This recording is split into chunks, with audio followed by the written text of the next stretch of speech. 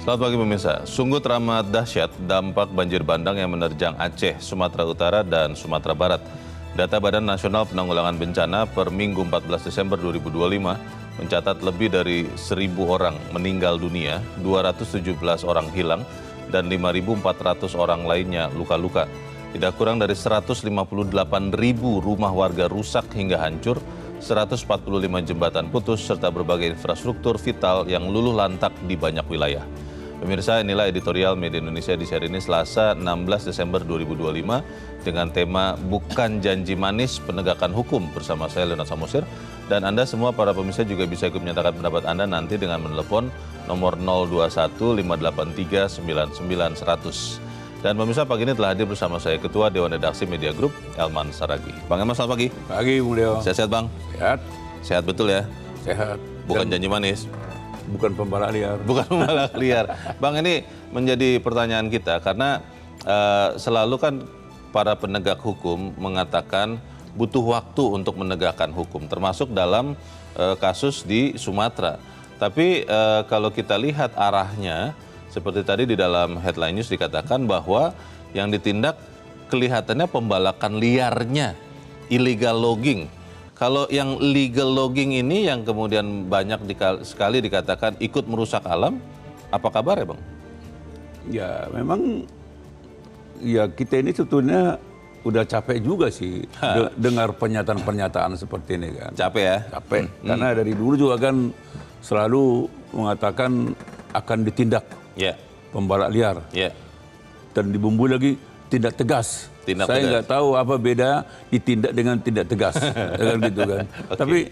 Tapi kan menurut saya sih masyarakat sekarang tidak dalam posisi merayakan pernyataan ini. Karena pernyataan ini kan baru sebatas janji kan. Iya. Nah, sekarang masyarakat sebetulnya menunggu tindakannya, eksekusinya, kan begitu kan. Jadi kalau dikatakan sekarang ini presiden atau pemerintah akan tegas, nah, dari dulu juga pernyataan itu sudah dilontarkan, tapi akhirnya masyarakat menganggap ya kapan? Nah, karena tiap hari, tiap masa kelihatan hutan itu makin rusak, makin gundul ya, makin gundul. Pokoknya hutan di mana-mana dihajar habis. Nah, sepanjang perusakan hutan itu, sepanjang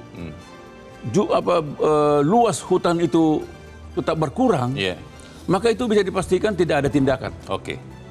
Itu yang menjadi pertanyaan kita dan kita akan bahas itu ya Bang Elman. Dan pemirsa, nilai editorial Media Indonesia untuk hari ini Selasa 16 Desember 2025, Bukan Janji Manis Penegakan Hukum.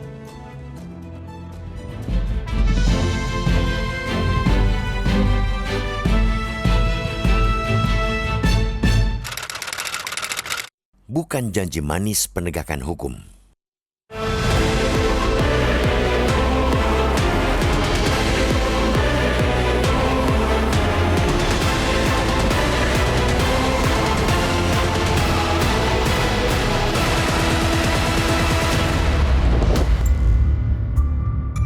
Sungguh teramat dahsyat dampak banjir bandang yang menerjang Aceh, Sumatera Utara, dan Sumatera Barat. Data Badan Nasional Penanggulangan Bencana BNPB per Minggu 14 Desember lalu mencatat lebih dari 1.000 orang meninggal dunia, 217 hilang, dan 5.400 lainnya luka-luka. Tak kurang dari 158.000 rumah warga rusak hingga hancur, 145 jembatan putus, serta berbagai infrastruktur vital luluh lantak di banyak wilayah. BNPB memperkirakan kebutuhan dana pemulihan di 3 provinsi tersebut mencapai 51,82 triliun rupiah. Angka itu masih bisa membengkak mengingat hujan belum berhenti mengguyur kawasan terdampak. Sulit dibayangkan bila wilayah yang sudah porak-poranda itu kembali diterjang banjir bandang susulan.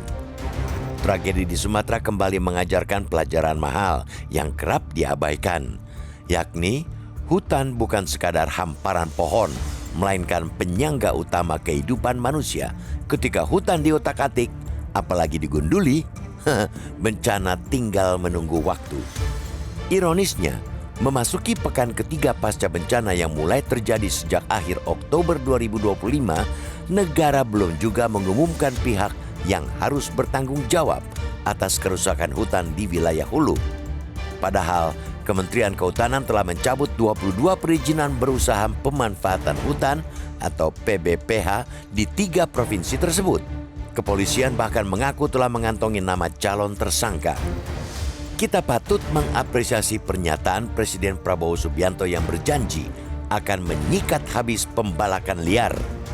Janji Kapolri Jenderal Listio Sigit Prabowo untuk segera mengumumkan tersangka pembalakan liar di Kabupaten Tapanuli Selatan, Sumatera Utara juga layak dicatat. Namun, pertanyaan mendasar tak terelakkan ialah mengapa negara seolah hanya membidik pembalak liar? Bagaimana dengan pembalakan berizin?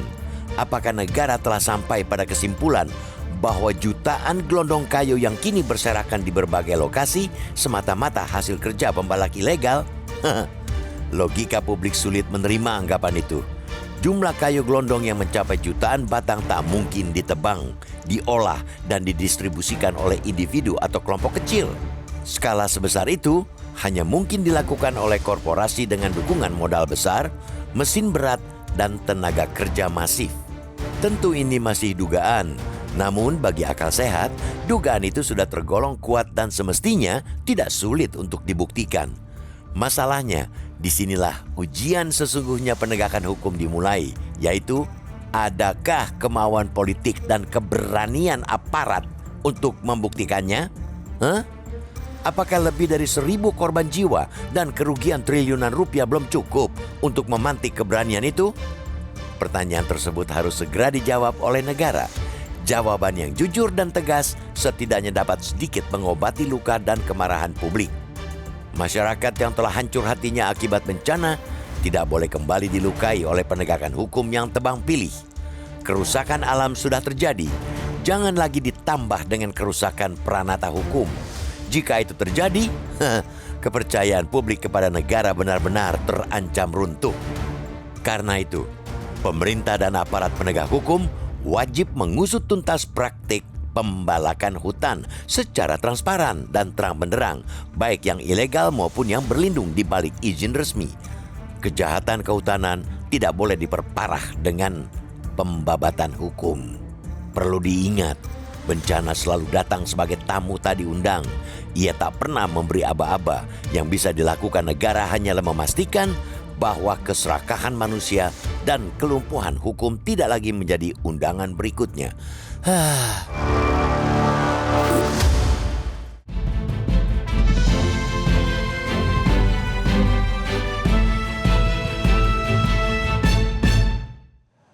Di bagian berikut Anda bisa ikut menyatakan pendapat Anda terkait editorial pagi ini. Pemirsa, untuk saat ini tetaplah bersama kami.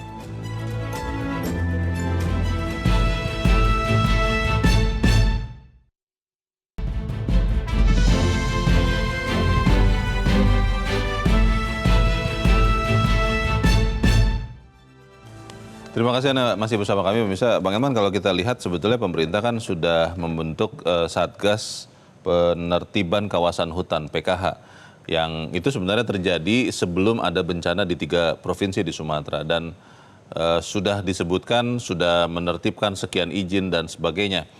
Apakah itu masih belum bisa memberikan kepastian atau harapan kepada kita bahwa memang penegakan hukum ini bukan hanya janji lagi, sudah mulai berwujud? Yap. Jawabannya pastilah, pasti nggak bisa. Tidak bisa? Nggak bisa, karena buktinya banjir bandang terjadi di Sumatera Utara, Sumatera Barat, di Aceh. Kalau Satgas itu udah kerja dari dulu, Leo, udah pasti banjir bandang itu tidak akan terjadi. Kalaupun ada banjir bandang, tapi dampaknya tidak sedahsyat ini kan. Jadi memang selama ini penertiban tindak tegas itu memang hanya di bibir. Dan yang mereka lakukan itu kan sama dengan tersangka. Yang tersangka itu hanya pekerja lapangan. Tapi toke kayunya, pemodal besarnya, perusahaannya aman saja. Aman saja. Jadi itu jadi soal. Iya. Baik, kita akan coba dengarkan Bang Elman, pemirsa, pendapat dari pemirsa Metro TV. Kali ini dari Mataram, Nusa Tenggara Barat ada Pak Bion. Pak Bion, selamat pagi. Pak Bion, halo, selamat pagi. Selamat pagi Bang Dio, Bang Herman Saragis, selamat pagi. Ya, silakan langsung saja ya Pak, singkat padat saja. Silakan Pak Bion. Oke, makasih. Jadi begini, prinsipnya bahwa satu, ini kan tidak saja banjir ini di 3 provinsi, tapi terjadi di seluruh Indonesia secara masif. Kita ini suka budaya latah. Ketika terjadi baru negara hadir. Tapi kita tidak mengkaji secara sistemik bahwa banjir ini akan terjadi pada tiap tahun masa musim hujan. Nah, maka negara harus siap siaga dalam hal itu. Satu. Lalu yang kedua, Pak Bion, volume televisi Anda tolong dimatikan saja Pak, biar tidak menggulung Pak. Ya, lanjut Pak, silakan Pak, singkat padat saja. Jadi yang kedua, penegakan law enforcement terhadap penegakan hukum. Penegakan law enforcement terhadap penegakan hukum. Saya mengkaji bahwa tidak saja dalam konteks hukum pidana, tapi ini juga dalam konteks... Oke. Baik, jadi ini bukan hanya bicara, tapi juga harus ditegakkan. Terima kasih Pak Bion dari Mataram, Nusa Tenggara Barat untuk pendapat Anda. Selamat pagi Pak. Di Amerika Serikat, Bang Elman, ada hukum yang kemudian menimpa juga kepada perusahaan. Itu dalam istilah hukumnya ada RICO, itu RICO. Di Indonesia itu kelihatannya sudah mulai diterapkan juga, termasuk dalam kasus pembalakan-pembalakan. Kalau kita berharap itu bisa membuat jera para perusak hutan, bagaimana Bang? Ya memang kan sebetulnya kan sederhana, Leo. Kalau kita lihat banjir bandang kemarin, itu kan tidak mungkin kita tanya yang jutaan kayu gelondongan itu sebetulnya itu punya siapa itu?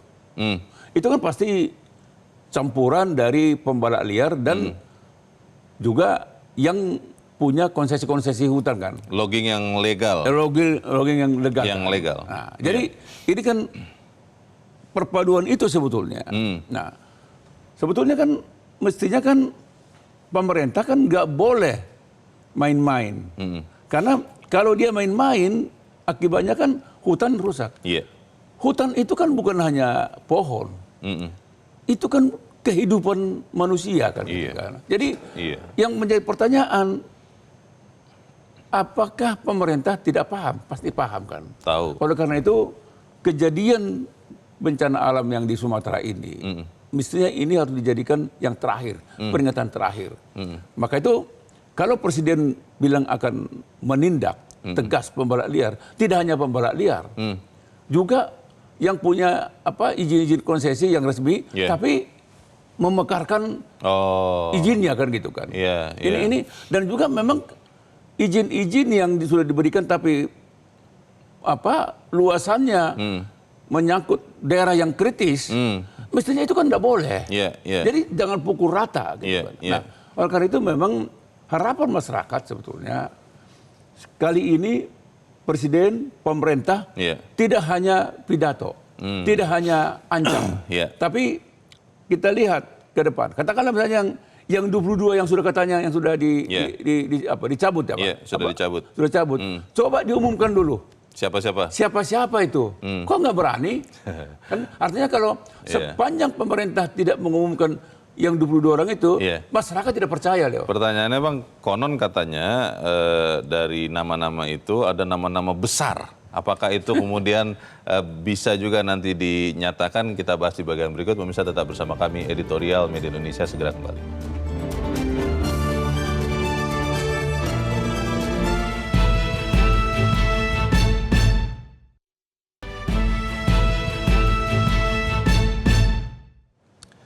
Terima kasih Anda masih bersama kami, kita di bagian akhir diskusi kita pagi ini. Bang Elman, kembali lagi Bang pertanyaannya. Karena ada kepentingan ekonomi di balik penebangan hutan itu, ada nama-nama besar, ada nama-nama kuat di situ.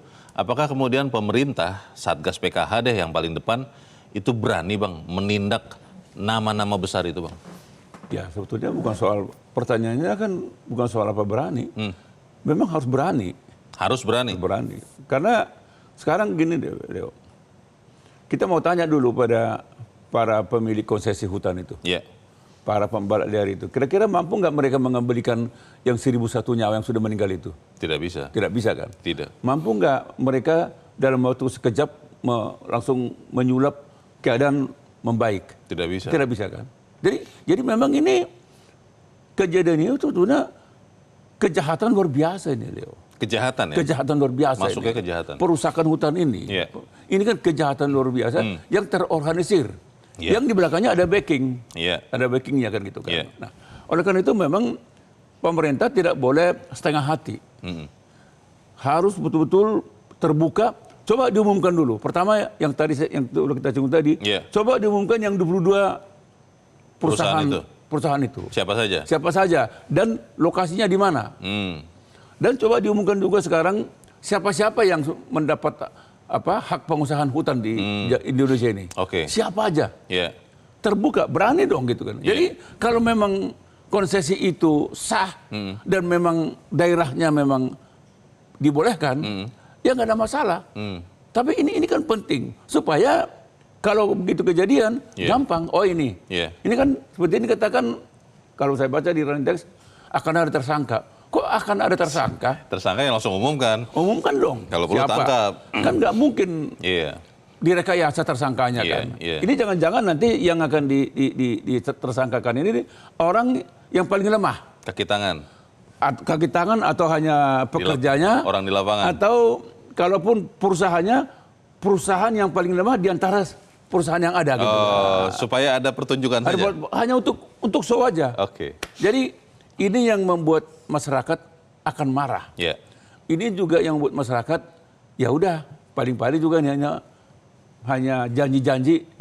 Ini hanya untuk membuat kita senang aja. Jadi sekali lagi sekarang masyarakat sebetulnya gini, seperti yang saya sampaikan di awal tadi. Pernyataan presiden bahwa akan ditindak pembalak liar. Masyarakat memahami itu hanya baru sebuah janji. Jadi yang dicatat masyarakat ada pernyataan seperti itu, sebuah janji. Apakah ini akan terbukti? Waktu yang akan menentukan itu. Oke, kita harap setelah kita bicara ini Bang akan ada buktinya itu. Terima kasih Bang Elman Saragih sudah di tempat ini. Selamat pagi Bang. Pemirsa perlu diingat bencana selalu datang sebagai tamu yang tidak diundang. Bencana tidak pernah memberi aba-aba. Yang bisa dilakukan negara kita hanyalah memastikan bahwa keserakahan manusia dan kelumpuhan hukum tidak lagi jadi undangan berikutnya. Saya Leonard Samusi berterima kasih Anda sudah menyimak editorial Media Indonesia untuk pagi ini. Terus jaga kesehatan Anda, terus jaga nurani Anda. Selamat pagi, sampai jumpa.